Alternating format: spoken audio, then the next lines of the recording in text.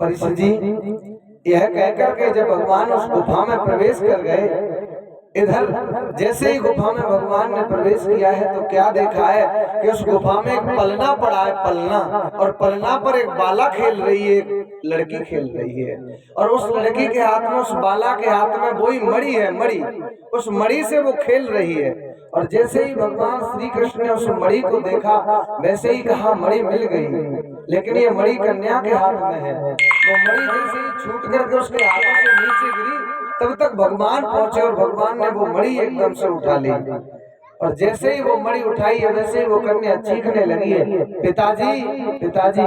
जब ये आवाज सुनी ऋक्षराज जामवंत जी ने वैसे ही दौड़े चले आए, अपनी गुफा में किसी पुरुष को देख करके वो एकदम से विचलित हो गए और कहने लगे कौन हो तुम, इस गुफा में क्यों आए हो, क्या उद्देश्य है आपका, शीघ्र ही इस गुफा के बाहर चले जाइए, अन्यथा। भगवान बोले अन्यथा क्या होगा, क्या होगा अन्यथा, मैं मणि के लिए आया हूं, इसलिए ये मणि मुझे चाहिए और ये मणि मुझे परम आवश्यक है, ये मुझे प्राप्त करनी ही करनी है, ये मेरा लक्ष्य है, ये मणि मुझे चाहिए। ऋक्षराज जामवंत जी ने कहा ये मणि नहीं मिलेगी तो क्या करोगे, कहा तो तुम्हें मुझसे युद्ध करना पड़ेगा, का युद्ध का बिल्कुल करना पड़ेगा। तो ठीक है, ये मणि मैं अपनी बेटी को दे चुका हूँ, ये मैं मणि किसी और को नहीं दे सकता, अगर युद्ध की ही बात है तो ठीक है, मैं युद्ध करने के लिए तैयार हूँ, पर ये मणि मैंने अपनी बेटी को दान में दे दी है, मैं किसी को नहीं दे सकता इस मणि को। आज युद्ध होने लगा जामवंत जी के साथ भगवान श्री कृष्ण का, और एक दो दिन नहीं युद्ध, ये युद्ध 26 दिन तक चलता है। इधर 12 दिन तक इंतजार किया है सैनिकों ने और 12 दिन बाद वो द्वारका में चले जाते हैं। इधर 26वां दिन व्यतीत हुआ, 27वां दिन व्यतीत हुआ, 28वें दिन आज जामवंत जी को भगवान श्री कृष्ण ने परास्त कर दिया। परीक्षित जी क्या भगवान पहले दिन में जामवंत जी को परास्त नहीं कर सकते थे क्या, कर सकते थे। पहले दिन में भी भगवान जामवंत जी को परास्त कर सकते थे, लेकिन इसलिए नहीं परास्त किया क्योंकि जामवंत जी ने जब रामा अवतार में जब पूरा युद्ध हो चुका तो जामवंत जी ने वरदान मांगा था कि मेरे भुजाओं की खुजली नहीं मिटती है, मैं भुजाओं की खुजली मिटे, मैं ऐसा चाहता हूँ मेरी कोई भुजाओं की खुजली मिटनी चाहिए। भगवान ने कहा ये भुजाओं की खुजली मैं ही मिटाऊंगा आकर के द्वापर में। तो ये भगवान अब आए हैं यहाँ द्वापर में श्री कृष्ण अवतार में, और जामवंत जी की भुजाओं की खुजली 27 दिन जब युद्ध हुआ है तब भुजाओं की खुजली मिटी है जामवंत जी की। अब इसके बाद में 28वें दिन आज जामवंत जी समझ जाते हैं कि ये कोई साधारण व्यक्ति नहीं है, कोई महापुरुष है। जैसे ही जामवंत जी नीचे गिर पड़ते हैं और भगवान ने अपना पैर रख लिया है जामवंत जी के सीने पर, वैसे ही जामवंत जी ने नीचे से लेटे लेटे कहा, पैर पकड़ लिया, सच बताओ तुम कौन हो, सच सच बताना कि तुम कौन हो। कहा मैं वासुदेव कृष्ण हूँ। कहा तो मुझसे तो कुछ और कहा गया था, क्या कहा गया था, कहा मुझसे तो प्रभु श्री राम ने कहा था कि मैं स्वयं आऊंगा। भगवान मुस्कुरा करके बोले मैं ही वो रूप, वो जो रूप था मेरा शरीर वो त्रेता वाला था, अब ये द्वापर वाला है। युग युग में मेरे रूप बदलते रहते हैं, स्वरूप बदलते रहते हैं, जैसे युग बदलते रहते हैं वैसे ही आज भगवान के चरणों में गिर गए जामवंत जी, और जामवंत जी ने कहा जाने त्वां सर्वभूतानां प्राण ओजः सहो बलम् विष्णुं पुराण पुरुषं प्रभ विष्णुमधीश्वरम्। मैं जान गया आप ही प्राणियों के एकमात्र स्वामी हैं, आप ही जगत के अधीश्वर हैं, आपकी सत्ता सारे जगत में विद्यमान हो रही है, आप ही चराचर जगत के स्वामी हैं, आपकी दृष्टि से ही ये संसार चल रहा है, आपकी एक भ्रकुटी से प्रलय हो जाती है, संसार की रचना हो जाती है। आप अपनी माया से ये सात शरीर धारण करते हैं। आपका शरीर प्राकृत नहीं है, अप्राकृत है। प्रभु मैं आपको नमस्कार करता हूँ। जाने तो मैं आपको जान गया कि मेरे प्रभु श्री राम आ गए। आज ये जामवंत जी जब जान जाते हैं उसी समय क्षमा मांगिए, भगवान से चरणों में गिर पड़े। उन्होंने कहा प्रभु कहिए क्या उद्देश्य है? कहा इस मणि के पीछे मुझे झूठा कलंक लग गया है। कहा तो ये मणि तो मैंने अपनी बेटी को दान में दे दी है, और जो चीज परीक्षित जी बेटी को कन्या दान में दे दी जाती है उस पर अधिकार नहीं रहता, उसको वो हमारी नहीं रहती, वो चीज तो फिर उसी कन्या की हो जाती है। इसलिए मैं अपनी बेटी से ये मणि ले नहीं सकता, लेकिन आपसे भी मैं मना नहीं कर सकता। इसलिए एक काम हो सकता है क्या कि इस मणि को भी ले जाओ और इस मण वाली को भी ले जाओ। आज परीक्षित जी भगवान का दूसरा विवाह हुआ है मैया जामवती के साथ। दूसरा विवाह भगवान का जामवती के साथ हुआ। लेकर के द्वारका में पहुंचे। इधर द्वारका वासी सभी रो रहे थे, दुखी हो रहे थे कि हमारे द्वारकाधीश का पता नहीं है, हमारे राजा ना जाने कहां चले गए। सभी दुखी थे, कोई चक्की तक नहीं चली, चूल्हा नहीं जला, भोजन नहीं बना। सभी ने देवी भागवत पुराण की कथा करवाई। देवी भागवत पुराण की भी कथा ऐसे ही होती है परिस्थिति। भगवान हमारे कृष्ण द्वारकाधीश आ जाए सुरक्षित तो हम मैया देवी का अनुष्ठान करेंगे, और उन्होंने देवी भागवत का पाठ कराया। आज ये भी बड़े सौभाग्य की बात है कि मैया भद्रकाली के देवी के मंदिर के प्रांगण में ही ये श्रीमद् भागवत का अनुष्ठान हो रहा है। तो देवी भागवत की कथा करवाई, और उसी के प्रभाव से इधर भगवान इधर तब तक लौट करके आ जाते हैं। बोलिए दुर्गा मैया की जय, बोलिए जगत जननी मैया की जय। जय जय श्री राधे श्याम। एक मैया के नाम का भजन गाएंगे, बड़ा सुंदर।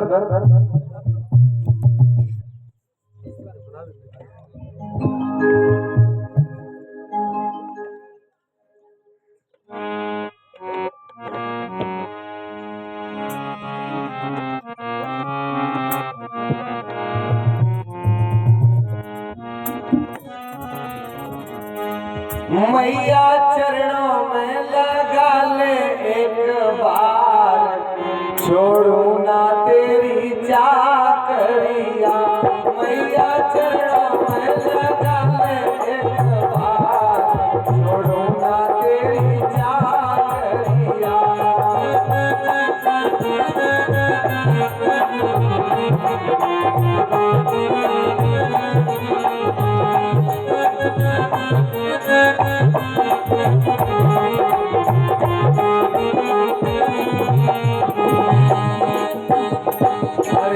चरणों की खातिर मैया से मन ध्यान लगावे, मैया से मन ध्यान लगावे। मैया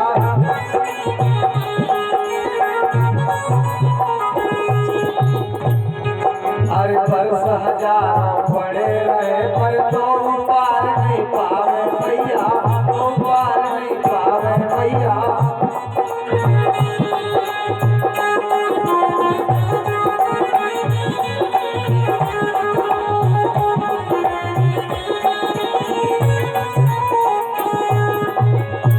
तेरे चरणों में झुको है संसार, छोड़ो ना तेरी चाकरिया। तेरे चरण में झुको है संसार, छोड़ो ना तेरी चाकरिया।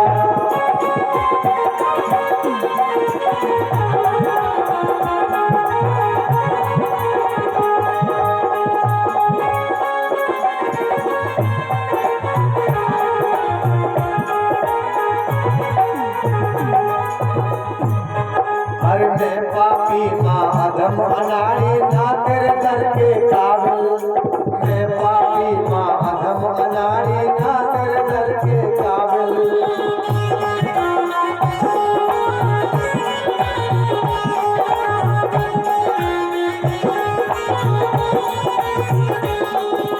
तू तो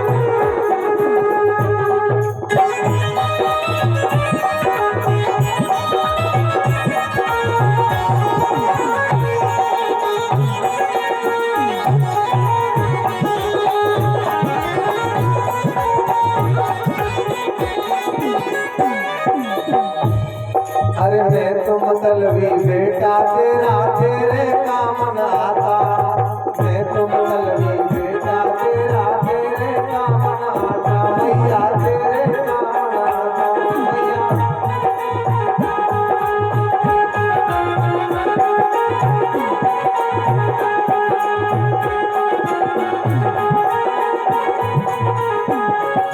सुख में याद करूँ ना तुझको, दुख में दौड़ा आता, सुख में याद करूँ ना तुमको, दुख में दौड़ा आता मैया दुख में। तेरे दर्शन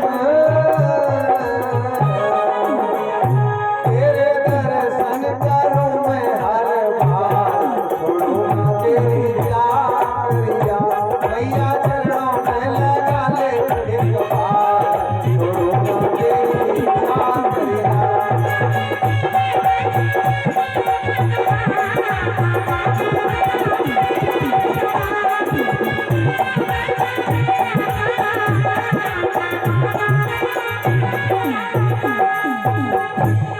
अरे अब तो शरण लगा ले मैया, भटकत भटकत हारो मैया, भटकत भटकत हारो।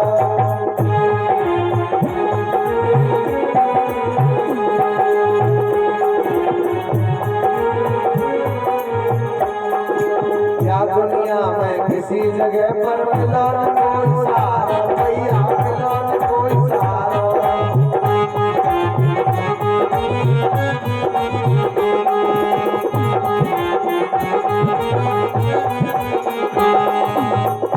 अब तो तेरो ही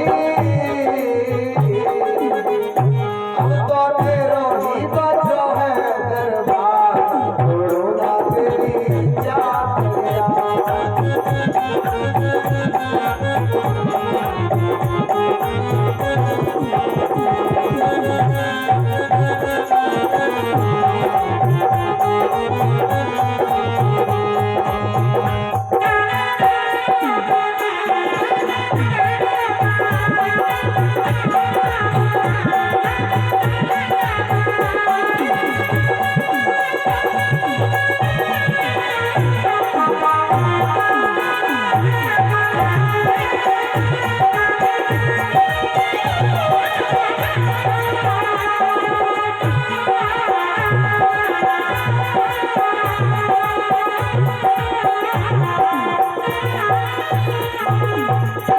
मैया चरणों में लगा ले एक बार, छोड़ो ना तेरी चाकरिया मैया चरणों में लगा ले एक बार, छोड़ो ना तेरी चाकरिया मैया चरणों में लगा ले एक बार, छोड़ो ना तेरी चाकरिया मैया चरणों में लगा ले एक बार, छोड़ो ना तेरी चाकरिया, छोड़ो ना तेरी चाकरिया, छोड़ो ना तेरी चाकरिया, छोड़ो ना तेरी चाकरिया। बोलिए दुर्गा मैया की, बोलो मैं मैया की। मैया चरणों में लगा ले एक बार, छोड़ू ना तेरी चाकरिया।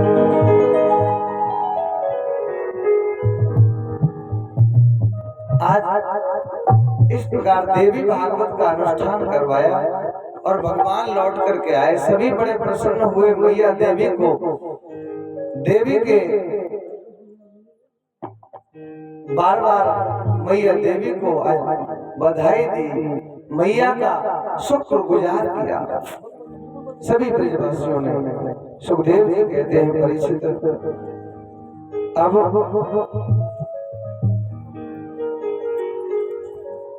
इधर क्या होता है?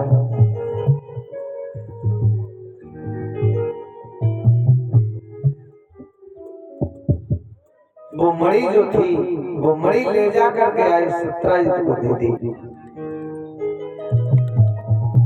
वो मणि ले जा करके सत्यजित को दे दी। भगवान ने कहा लो ये अपनी मणि, और सारा वृतांत सुनाया कि ऐसे ऐसे ये हुआ था, इस कारण से ये मणि नहीं रही थी।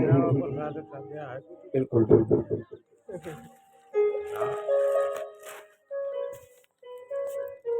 लीजिए। क्या नाम है? भागवत। जी इन्हें और दे देना। और ये भागवत यादव जी की तरफ से ये दान आया है और उनके साथी हैं, उनकी तरफ से भगवान सुख शांति भक्ति विद्या धन से भरपूर करें, यही परमात्मा से प्रार्थना है। बोलिए श्री वृंदावन बिहारी लाल की जय।